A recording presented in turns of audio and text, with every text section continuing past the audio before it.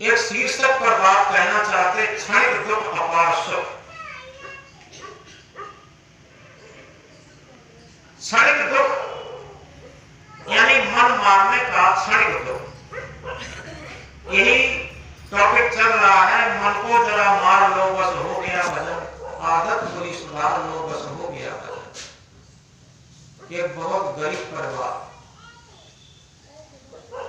तो एक बेटा एक बेटी, पत्नी पति, इतने सदस्य थे। धीरे धीरे पति कुसंग में पड़कर के शराब पीने का आदी हो गया और उसने काफी माल-ताल बेच करके कुछ जमीन भी बेच दी।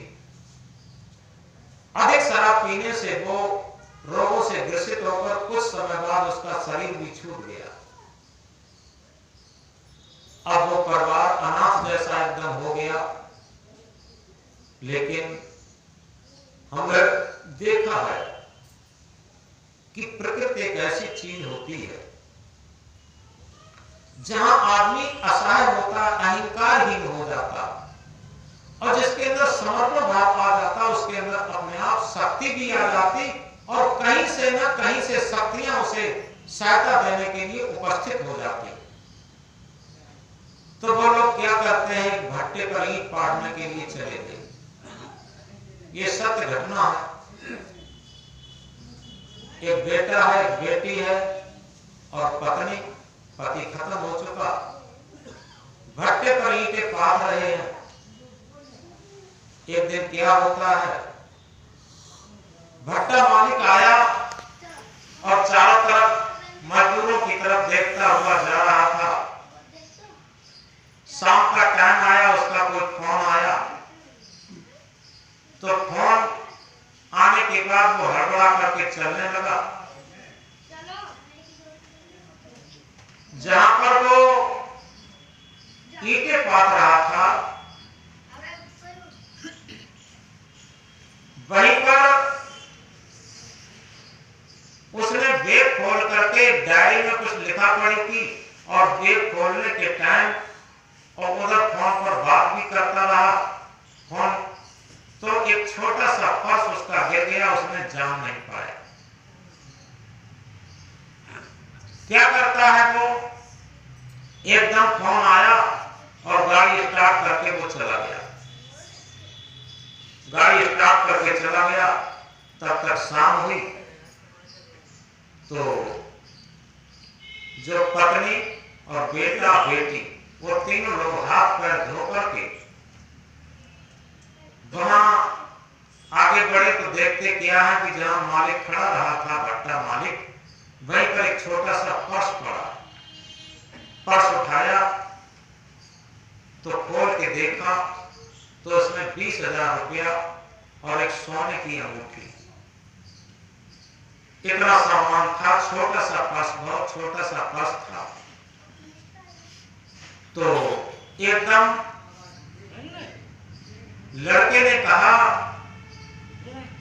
कि माता जी, लगता ये भट्टा मालिक का ही पर्स है, कि वही यहाँ पर खड़े खड़े बात भी करता रहा और कुछ अपनी डायरी में लिखता भी रहा, तो लगता उसी का है।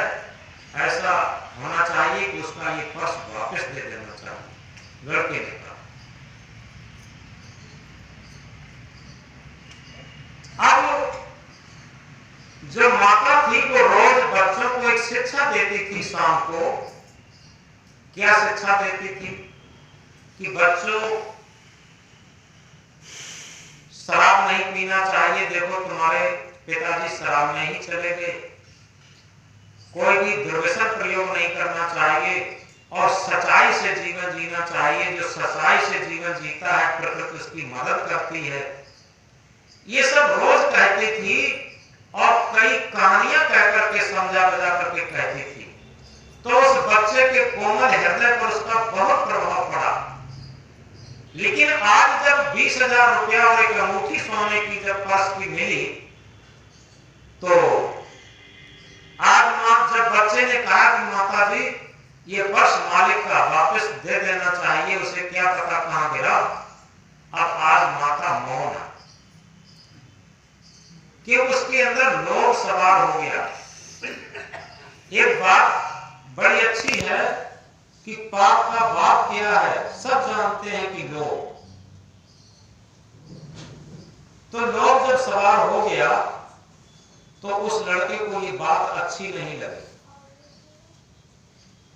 लड़के ने सोचा कि माँ रोज हमें शिक्षा देती थी, आज मौन हो गई और कुछ नहीं कह रही है, इसका मतलब ये है कि इसके अंदर लोभ सवार हो गया। लड़के ने माँ से कहा, माँ तुम बोलती क्यों नहीं? आखिर तुम क्या समझती हो कि इन पैसों से क्या जीवन कट जाएगा? तुम कल तक शिक्षा देती रही कि सत्य धर्म पर चलना चाहिए और किसी दूसरे की कोई चीज है, भले ही सोना है, उसे मिट्टी समझना चाहिए। आज तुम क्यों मौन हो? अब जब बच्चे की दृढ़ प्रतिज्ञा देखी और निर्लोभता निस्वार्थ भाव देखा तो मां ने भी दृढ़ता से कहा, हाँ बेटा तुम्हारे विचार सही है और ये बिल्कुल भट्टा मालिक की वापस कर देना चाहिए। तो रात में तो वो लोग भोजन का बना के और खा पी करके सो गए। सुबह जल्दी जल्दी लड़का उठा और उठ करके भट्टा मालिक के यहाँ पहुंचा। भट्टा मालिक उस टाइम चाय पी रहा था और चाय पीते पीते हर घूंट पर ये सोच रहा था, आखिर मेरा पर्स कहाँ गिरा। हमें लगता है कि भट्टे पर ही गिरा है, लेकिन आखिर भट्टे पर गिरा है, देगा कौन? देगा तो कोई नहीं, क्योंकि वहां सब मजदूर पाते हैं। ये सोच ही रहा था, तब तक वो लड़का जाता है और जाकर के उस पर्स को मालिक की मेज पर रख देता है। जाकर के नमस्ते कर की और उसने मेज पर पर्स रख दिया। और जैसे ही मेज पर पर्स रखा लड़के ने, भट्टा मालिक चौंक गया। उसने कहा, बेटा सुनो। खड़ा हो गया कि ये पर्स तुम्हें बेटा कहाँ मिला?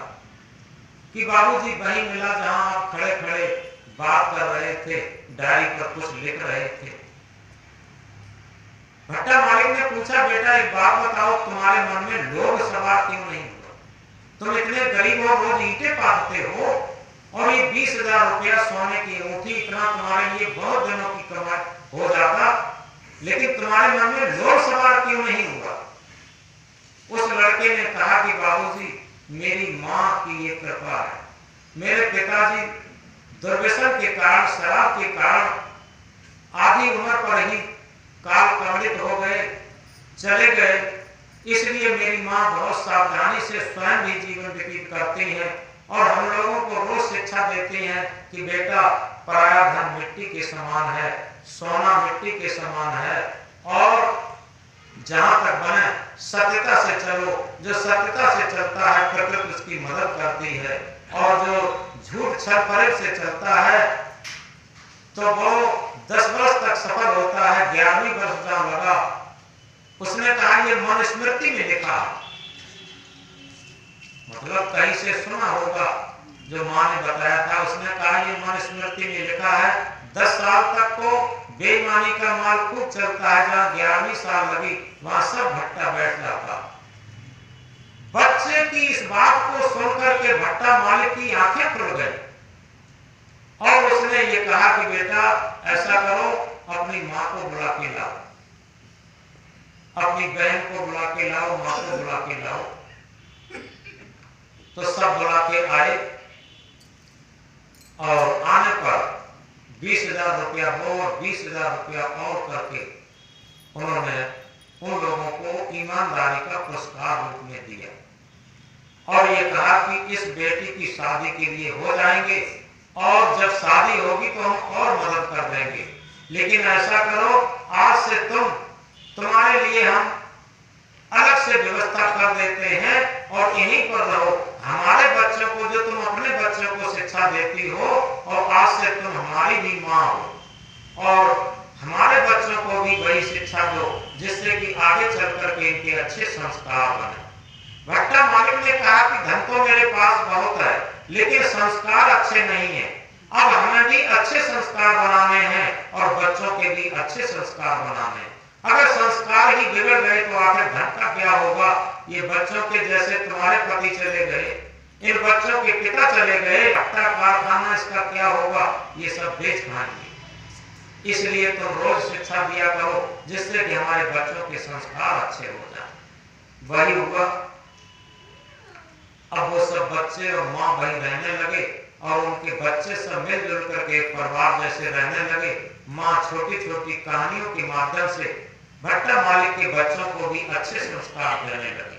धीरे धीरे भट्टा मालिक ने उस लड़के की पढ़ाई और पढ़ाई के साथ साथ उसे मुनीमी के काम सिखाया और मुनीमी का काम सिखाने के बाद वो ईमानदारी से काम करता रहा।